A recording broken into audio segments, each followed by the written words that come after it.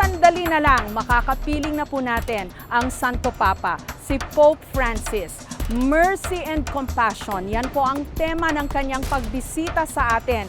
Gusto raw po niyang makiisa sa mga pinagdaraanan nating mga problema katulad ng kahirapan na pinalala pa ng mga sakuna. Ngayon po, gusto raw ng Santo Papa na madama ang paghihirap, lalo na ng mga mahihirap. Lalo pat sa maikling panahon pa lang ng kanyang paninilbihan bilang Santo Papa, ay mabilis pong nakilala si Pope Francis sa kanyang puso para sa mga mahihirap.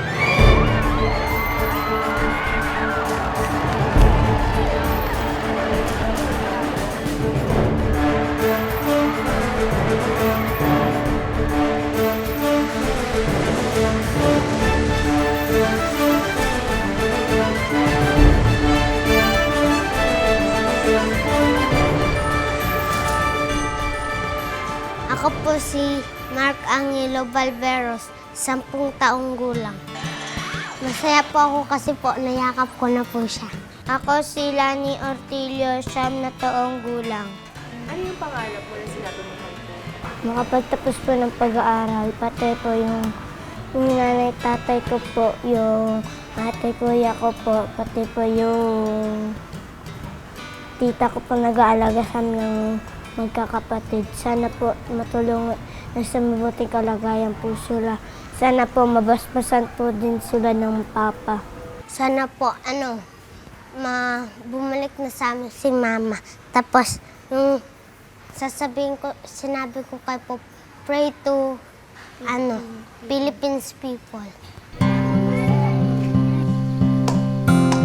Si Mark, siya ay dati nakatira doon sa resettlement area sa may Calauan, Laguna. At doon siya narinirahan kasama ng kanyang mga magulang at mga kapatid. And then dinala siya dito ng mga madre dahil gusto mabigyan siya ng pagkakataon na makapag-aral. Kabilang si Lani sa isang pamilya na masyado silang madami. So si Lani sa isa sa pinakamanga bunso na napunta dito sa amin sa eskwelahan. Contrast nung mapait na walang pag-asang pinanggalingan at ngayon makikita mo sa mukha lang nila sa kilos, masaya, mayroong pag-asa, nag-aaral, nagpa-participate sa mga activities, so napili sila. Nung niyakap ni Pope, parang ako na rin niyakap, napaiyak ako kami lahat, no? Na nandito sa Tuloy Foundation. Siyempre ang pangalan niyan, Angelo o Lani. Pero parang kumatawan sa lahat ng mga batang nangangailangan.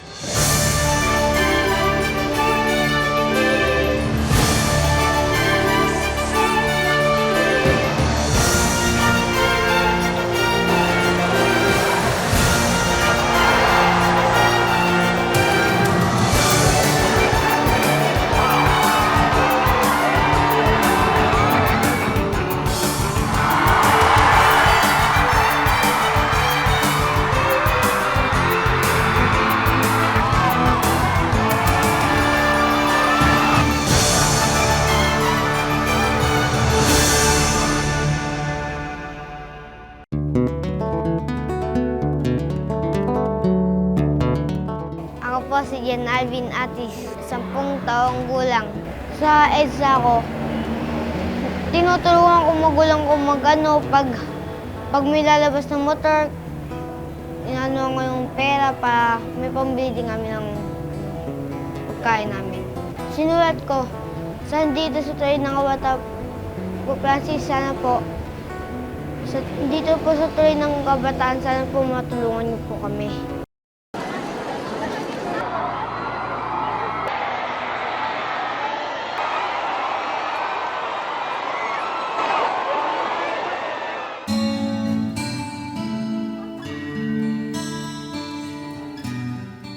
Sobrang blessed ng anak ko, sobrang saya. Parang hanggang ngayon, ilang araw na ako parang lumulutang lang sa sobrang tuwa, sobrang blessing.